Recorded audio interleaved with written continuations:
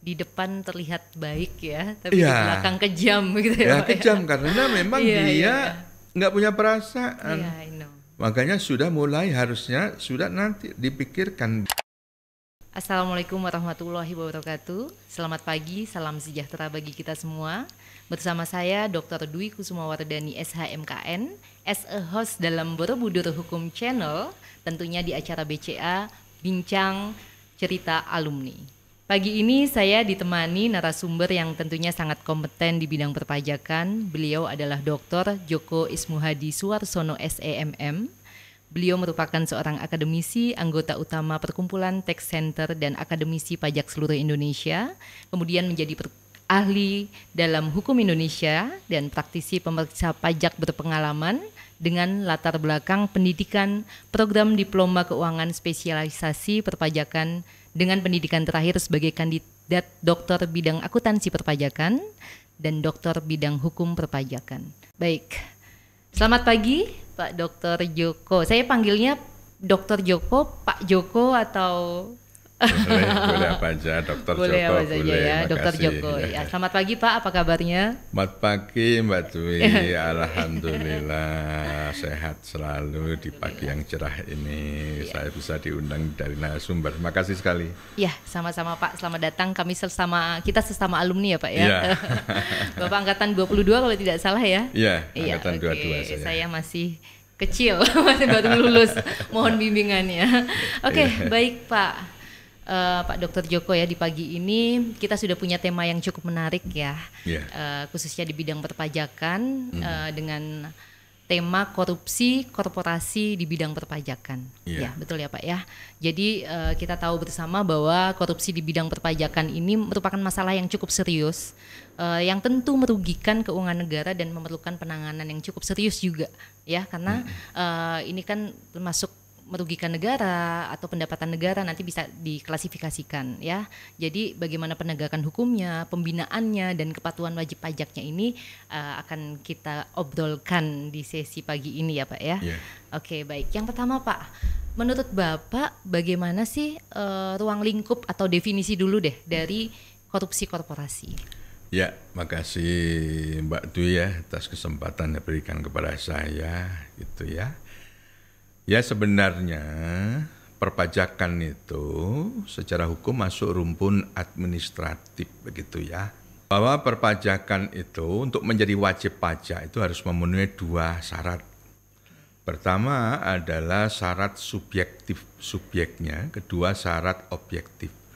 Baru bisa masuk kategori sebagai wajib pajak. Nah, kita bicara korporasi kan begitu ya. Korporasi ini adalah badan hukum. Kalau di bahasa hukum namanya reh persun kan begitu ya. Dia ada karena hukum, karena undang-undang, misalnya PT begitu ya. Dia ada karena undang-undang perseroan terbatas kan begitu ya. Nah, itu. Sedangkan korupsi itu corruption, corruptio itu suatu perbuatan. Biasanya itu merugikan gitu ya masyarakat kebanyakan gitu ya. Jadi sebenarnya korupsi yang kita kenal itu sebenarnya adalah korupsi birokrasi. Tapi tidak menutup kemungkinan korupsi juga dilakukan oleh korporasi. Contoh krisis tahun 97. Itu terjadi efek domino karena banyak bank-bank beroperasi sehingga terjadi krisis. Nah itu ada bukti bahwa memang ada korupsi korporasi. Sekarang apa kaitannya di bidang perpajakan kok disebut korupsi korporasi di bidang perpajakan? Nah itulah karena memang ada frase di pasal 38, 39 dan pasal 39A. Ya, di pasal 38 meskipun dikatakan kulpa atau alpa tidak sengaja, namun ditutup dengan frase dapat merugikan pendapatan negara. Frase inilah yang berat karena dapat merugikan pendapatan negara. Itu frase korupsi. Pasal 39 dan 39A dilakukan secara dolus, secara sengaja. Itu memang betul-betul pidana. Tapi masalahnya bisa nggak diklasifikasikan sebagai delik korupsi? Karena di frase itu pasal 3939A ya, itu secara sengaja ditutup dengan frase yang dapat merugikan pendapatan negara. Itu frase delik korupsi. Apalagi diawali dengan kata dapat. Itu masuk delik formil. Ya, peristiwa delik formil ini tidak dipertimbangkan akibatnya. Yang penting perbuatannya udah terjadi. Contoh, ada orang maling ayam gitu ya.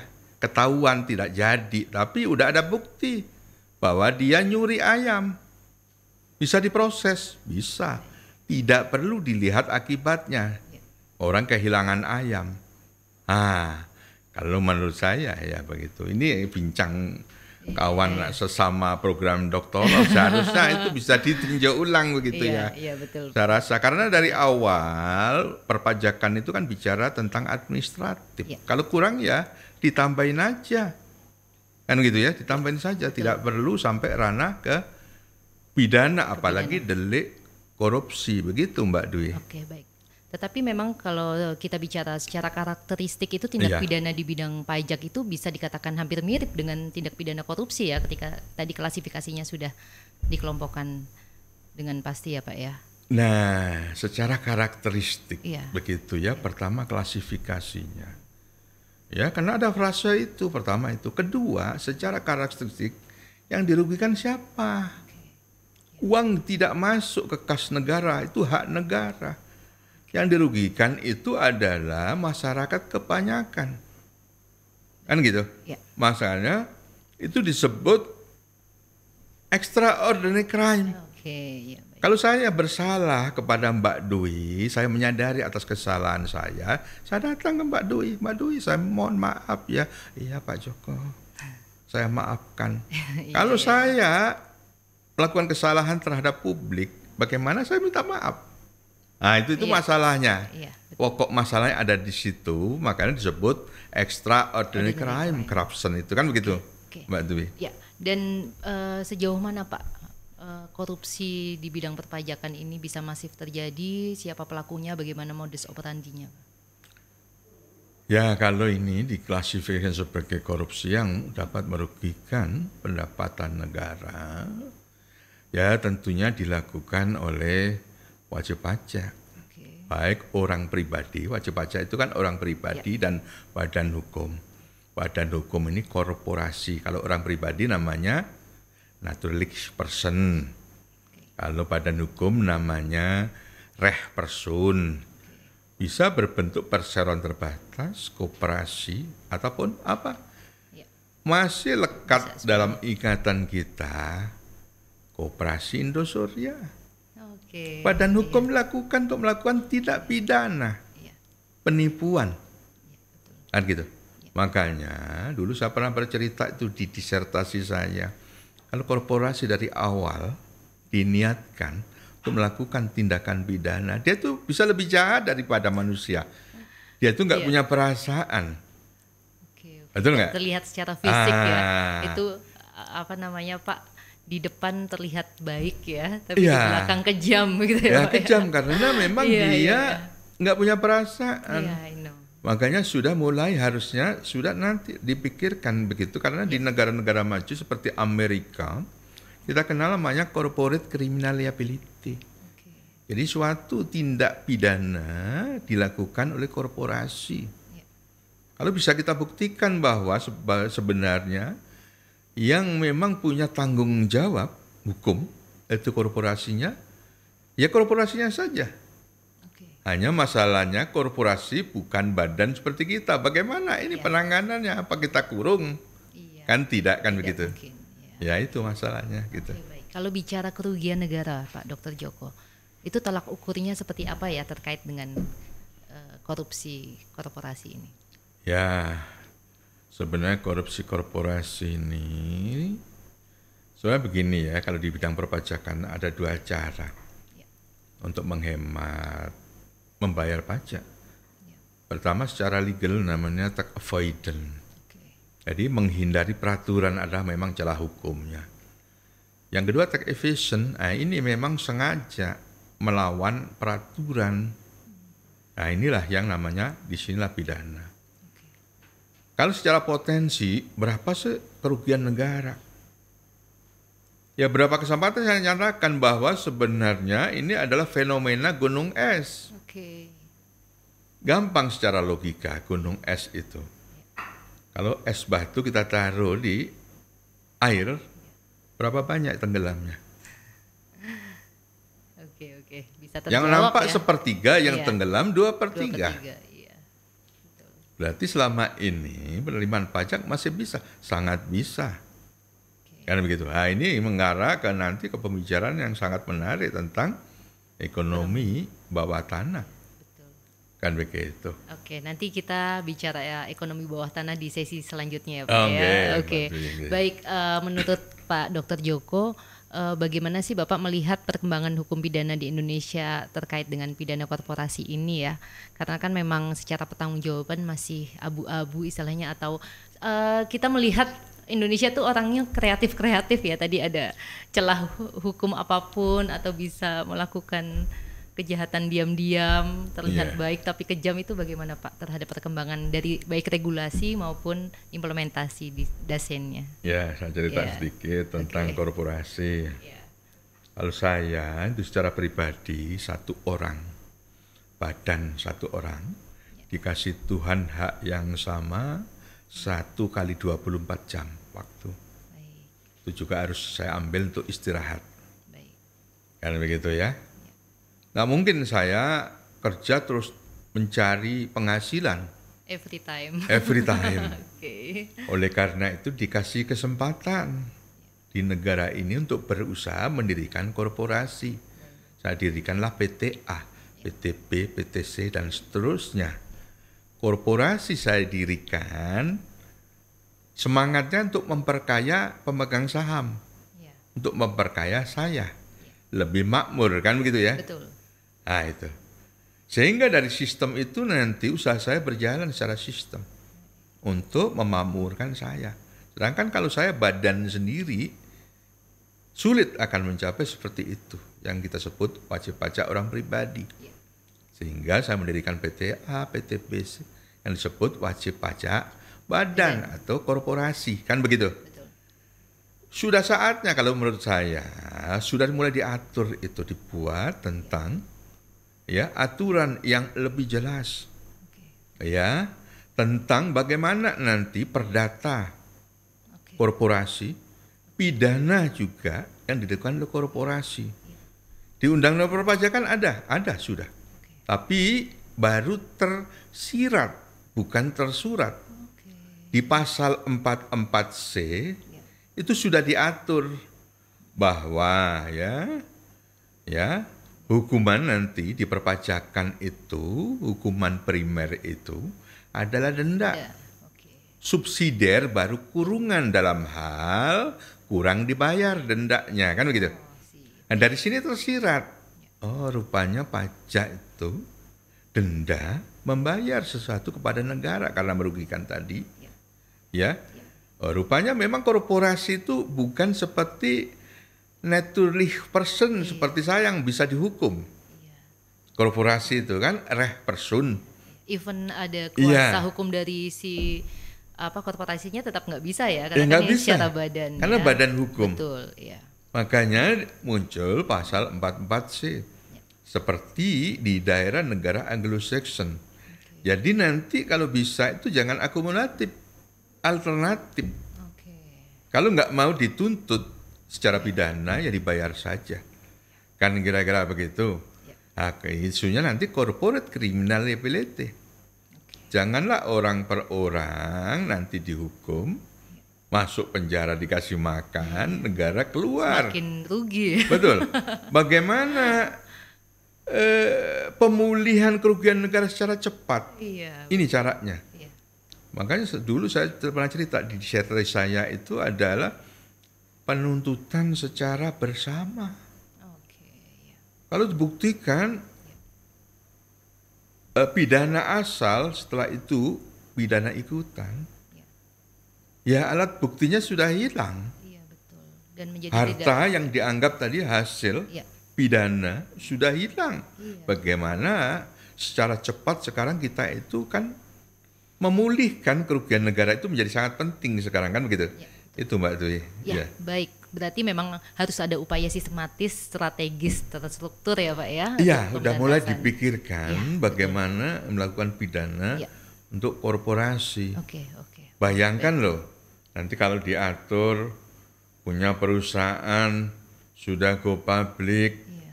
dinyatakan melanggar suatu pidana perpajakan sehingga dihukum denda. Misalnya pajaknya 1 miliar, dendanya 400%, 4 kali. Iya. Dan ada, kata hakim, ini hukuman tambahan, nggak boleh beroperasi Oke. perusahaan itu. Misalnya 6 bulan atau 1 tahun. Kalau perusahaan udah go public, sahamnya rontok, Iya, betul. orang takut membeli. Iya, betul ya.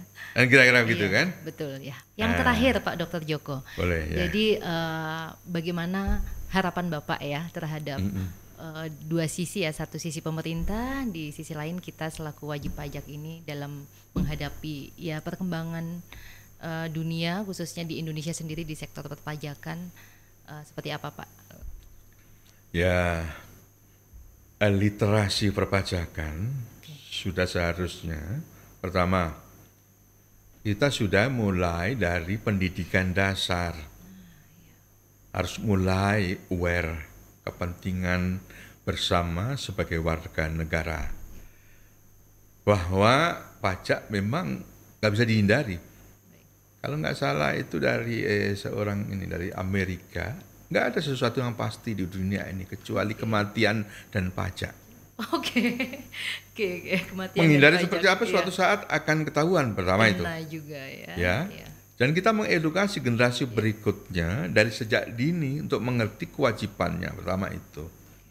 Kedua, sistem perpajakan itu yang cantik itu adalah withholding tax. Oke. Jadi setiap kali kita mendapatkan penghasilan sudah dipotong atau dipungut. Artinya penghasilan itu sudah meninggalkan jejak bukti, ada penghasilannya. Ya. Nanti pada saat akhir tahun kita laporkan, saya laporkan, diperhitungkan kembali Akumulasi akumulasinya. Jadi nggak bisa saya ingkari, memang dulu ada penghasilan. Betul. Ya. Dan withholding itu kita bayar pada saat ada uang, jadi kita senang. Oh, bisa ya Pak ya? Iya. Diberlakukan. Nah, kalau Iya, bisa iya. seperti Iya, itu. Saling kontrol, kita yang menerima dikontrol oleh pemberi kerja. Iya. Kan gitu. Iya. Nah, ini untuk kepentingan bersama, uang pajak itu untuk publik. Jadi pajak ini kan dari sektor privat kita Iya. ambil ke sektor publik. Publik, ya betul. Kita sudah merasakan. Itu untuk apa pajak? Bayar gaji tentara, gaji polisi, Oke. gaji guru. Iya. Kalau nggak kita bayar, Iya, kita nggak nyaman tidur. betul. Karena polisi nggak mau kerja, Betul. harus kita gaji. Ya, Nah, itu keniscayaan pajak itu goalsnya. suatu kewajiban, Ya. sudah jangan dihindari lagi. Karena itu tadi pasti akan kelihatan skema Anda. Ya, suatu. Ya, masalah waktu aja Ya, itu. goalsnya Mbak ya Dwi. memang kesejahteraan. Ya. Kesejahteraan Dan- untuk kebersamaan, kegotong royongan Betul. nasional, saling sadar lah.